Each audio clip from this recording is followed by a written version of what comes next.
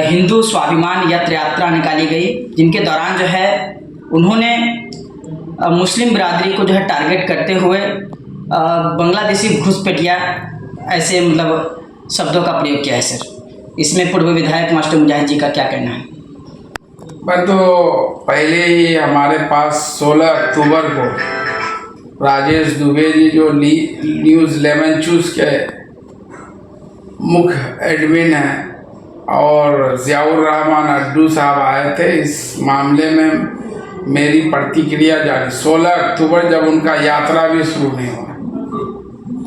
गिरिराज सिंह एक संवैधानिक पद पर बैठे हैं, केंद्रीय मंत्री हैं, और कोई भी केंद्रीय मंत्री हो या सांसद हो, विधायक हो, वो एक संविधान की शपथ लेता है कि मैं किसी भी आदमी से, किसी भी व्यक्ति से उसका लिंग, जाति, भाषा या धर्म के आधार पर कोई भेदभाव नहीं करूंगा, सबको के साथ सामान्य रूप से एक बराबर इंसाफ करूंगा।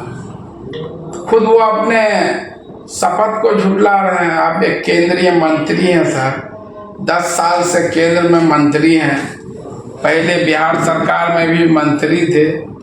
आपको अगर निकालना ही है तो आप अपने मंत्रालय का उपलब्धि का यात्रा निकालें कि लोग जाने, आम जनता जाने कि आपने क्या क्या काम किया है। इनको तो काम कुछ करना नहीं है, ये विवादित अपनी बोली के लिए जाने जाते हैं। जिन बातों का उन्होंने उल्लेख किया यहाँ किशनगंज में या अररिया में, मैं सबका कड़े शब्दों में निंदा करता हूँ। मैं गिरिराज सिंह जी को चुनौती देता हूँ कि आप साबित कीजिए कि किशनगंज में कहाँ, कौन ऐसा गांव है, जगह है जहाँ पर जो दुर्गा पूजा का पंडाल नहीं लगाने दिया जाता है। आप अगर ये साबित कर देंगे तो मैं खुद राजनीति से जो है त्याग पत्र दे दूंगा, अलग हो जाऊंगा। कुछ भी हो गया, मैंने बोल दिए। लोकसभा चुनाव से पहले ऐसे ही एक जगह ये बयान दे दिए कि किशनगंज के कोचा धामन में हनुमान चालीसा पढ़ने नहीं दिया जाता। तो कहाँ पर हनुमान चालीसा पढ़ने नहीं दिया जाता, जरा बताएं ना। आप साहब केंद्र में मंत्री हैं, कुछ उसका भी गरिमा रखिए। आपको एक आम नागरिक नहीं है कि कुछ भी बोल दीजिएगा। आप एक केंद्रीय मंत्री, जहां तक घुसपैठिए की बात है, पिछले 11 साल से केंद्र में नरेंद्र मोदी जी की सरकार है, नेतृत्व में सरकार है। वर्तमान में अमित शाह जी गृह मंत्री हैं, तो उसके बावजूद भी हमारी सीमाएं सुरक्षित नहीं है। इसका मतलब घुसपैठ हो रहा है। अगर घुसपैठ हुआ है तो आप चिन्हित करके कार्रवाई क्यों नहीं किए? आप जो खाली सिर्फ हवा बाबाजी, यहाँ पर जो किशनगंज सीमांचल जो हमेशा सदियों से हिंदू मुस्लिम एकता के लिए जाना जाता है, आपको ये बर्दाश्त नहीं हो रहा। आप यहाँ पर जो है इसको जो है बर्बाद करने के लिए आ गए। यहाँ पर तो मैं देखता हूँ अभी दुर्गा पूजा का पर्व मनाया गया। मैं तो कई दर्जन पंडालों में गया कि गांव में देखा कि भाई मुसलमान भी बड़ी तादाद में उनके साथ जो इस पर्व में, हर पर्व में, मुसलमान के पर्व में भी हिंदू भाई के साथ रहते हैं। ये आके आप कुछ से कुछ बयान दे देते हैं। तो मैं मांग करता हूं कि सरकार पर ऐसे बड़बोलेपन, मंत्री, सांसद, विधायक पर कार्रवाई करनी चाहिए, लगाम लगाना चाहिए। जो कुछ से कुछ समाज में जो है तनाव पैदा करने के लिए, टेंशन पैदा करने के लिए कोई भी बयान दे देते हैं। भाई क्या लग रहा है सर कि किशनगंज जिला एक मुस्लिम बहुलक इलाका है और यहाँ आकर के वो इस प्रकार की जो है भाषाओं का प्रयोग किया है सर? ये क्या लग रहा है कि इस भाषा का जो है प्रभाव किशनगंज वासियों में पड़ सकता है? किशनगंज के लोग तो दिखा दिए ना भाई।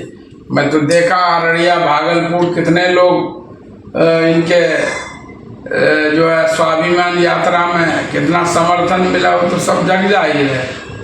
किशनगंज में तो दूसरा एक कलश यात्रा था, उस भीड़ को दिखा दिए महिलाओं का, जबकि वो दूसरा अलग पूर्व निर्धारित कार्यक्रम था। तो खुद हमारे हिंदू भाइयों ने इनको जवाब देने का काम किया है।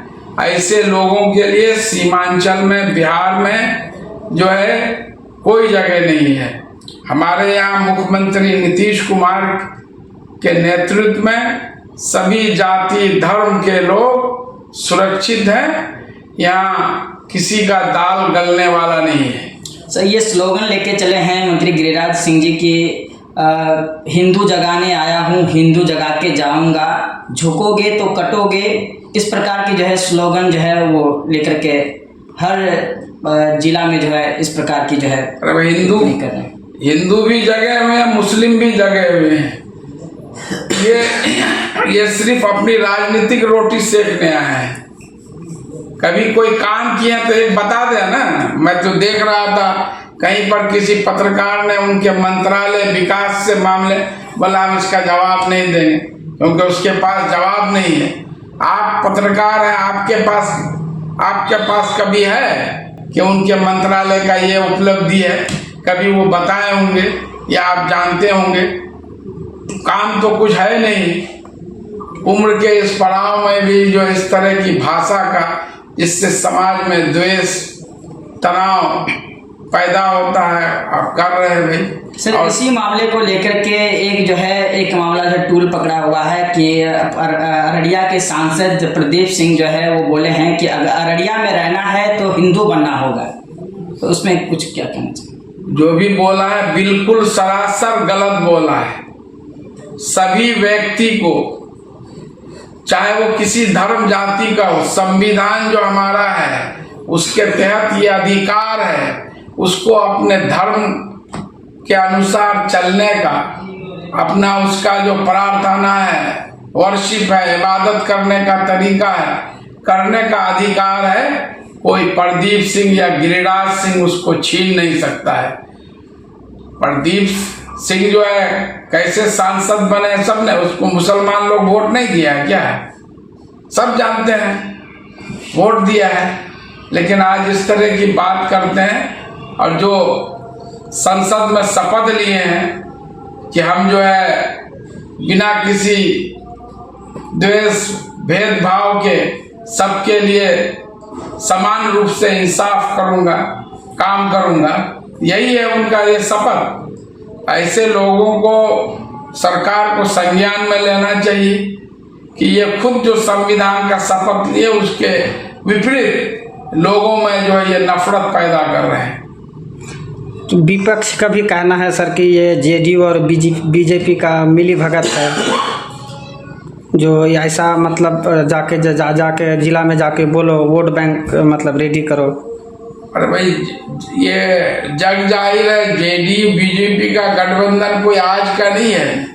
बीच में लगभग 1.5 साल और 3 साल 3.5 साल जो है बीजेपी गठबंधन में नहीं रहे। 19 साल में बाकी दिन तो गठबंधन में है, लेकिन गठबंधन में बहुत सब चीजें हैं जिस पर जो है नीतीश जी स्पष्ट है, उनका रुख स्पष्ट है। ये एनआरसी की मांग कर रहे हैं गिरिराज सिंह और नीतीश कुमार बीजेपी के समर्थन से थे। मैं भी विधायक था। मार्च 2020 में बिहार विधानसभा, बिहार विधान परिषद से सर्वसम्मति से प्रस्ताव पारित किया कि बिहार में एनआरसी लागू नहीं होगा। किए कि नहीं है? हर मामले में नीतीश जी का रुख स्पष्ट है, सबके लिए काम करते हैं बिना जाति धर्म का भेदभाव किए हुए। ये लोग जो है सिर्फ अपनी राजनीतिक रोटी चमकाने के लिए ऐसा कर रहे हैं। बिहार में इन लोगों का दाल गलने वाला नहीं है। बिहार के लोग इन लोगों को पहचानते हैं, जानते हैं, समझते हैं। आने वाले दिनों में इन लोगों का खुद हिसाब लग जाएगा। और भी जो कुछ कल का या परसों का न्यूज़ देखे कि कुछ Z+ सिक्योरिटी जो सरकार की तरफ से मुहैया कराया गया है, उसको लेकर भी विपक्ष बोल रहे हैं। इसमें कुछ कहिएगा? उसमें तो बहुत सारे लोगों को, एक सरकार का एक जो है सुरक्षा समिति होता है, सिक्योरिटी कमिटी, किसको किस तरह से सिक्योरिटी थ्रेट होता है, तो उस हिसाब से उसके रिपोर्ट पर जो है सुरक्षा बढ़ाई जाती है। तो उसमें कोई जो है किसी मंत्री या मुख्यमंत्री का हाथ है, तो वो अलग ऑटोनोमस कमेटी है, थ्रेट परसेप्शन के हिसाब से उसको बढ़ाया जाता है। वैसी साहब को भी बढ़ाया गया है कि नहीं गया? तो किसी को भी, हमको भी बहुत बार धमकी मिली है, हमने भी उस कमेटी को लिख पढ़ करके सारा कई मामले दर्ज हुए हैं जो हमारे अभी ईमेल के द्वारा मुझे धमकी दी गई है। इससे पहले कोरोना में भी धमकी दी गई है, उससे पहले भी कई बार मुझे धमकी मिली जो एक मुख्यमंत्री का OSD बन करके लोगों को, सब पदाधिकारियों को ठगा करते थे। उस मामले में भी जो है केस दर्ज है और जो आरोपी पिछले कई सालों से जेल में बंद है। तो हमारे लोग भी इसको लिख के दिए सरकार में। तो ये उस कमेटी के आधार, कमेटी अगर मेरे ऊपर जो थ्रेट परसेप्शन है उसको एग्जामिन करके सही पाया तो उसको किसी का भी सुरक्षा बढ़ाया जा सकता है। नहीं, लोग कहते हैं कि भड़काऊ बयान भी देते हैं और उसका सुरक्षा भी बढ़ाते हैं। भाई ये वो अलग है, वो सुरक्षा बढ़ाने वाला आप बता दिए कमेटी होती है। बैरिस्टर असदुद्दीन अवैसी साहब पर जब उत्तर प्रदेश में गोली चली थी चुनाव प्रचार के विधान, तो उसके बाद उनको भी जब Y+ कैटेगरी सिक्योरिटी दिया गया है, उस हिसाब से वो बढ़ाया जाता है। उसमें किसी का, वो कमेटी बनी हुई है उस हिसाब से टाइम टू टाइम, सिर्फ नेता ही नहीं, कोई आम जनता भी है, आम पब्लिक भी होता है, तो उसको ये होता है। अभी आप देखिए महाराष्ट्र में बाबा सिद्दीकी की हत्या हुई, उसमें कई तरह के थ्योरी सामने आ रहे हैं कि लॉरेंस बिश्नोई गैंग का हाथ है, क्योंकि सलमान खान से दोस्ती थी। तो उसको देखते हुए सरकार ने सलमान खान की सुरक्षा बढ़ा दी है। तो ये उस हिसाब से होता है। सर इसमें और एक चीज़ जोड़ना चाहूँगा, जो गिरिराज सिंह जी आ रहे थे उनसे पूर्व जो है किशनगंज के चप्पे कहीं, मतलब कई जगहों में जो है बैनर लगाया गया था उन्हीं के संगठन द्वारा। तो बैनर में लिखा हुआ है कि चिकन नेक किशनगंज में आपका हार्दिक अभिनंदन है। इस पर क्या कहना चाहेंगे सर? चिकन नेक ये अर्थ क्या है? अब जो लोग लिखे वही लोग बताएंगे। चिकन नेक वो लोग जो है कुछ ताकतें हैं, जो राष्ट्र विरोधी ताकतें हैं, हमें कोशिश कर रही है कि जो है उनको खल रहा है कि बांग्लादेश ईस्ट पाकिस्तान यहाँ से 10 किलोमीटर 20 किलोमीटर की दूरी पर है, कि ये एरिया पाकिस्तान में क्यों नहीं है।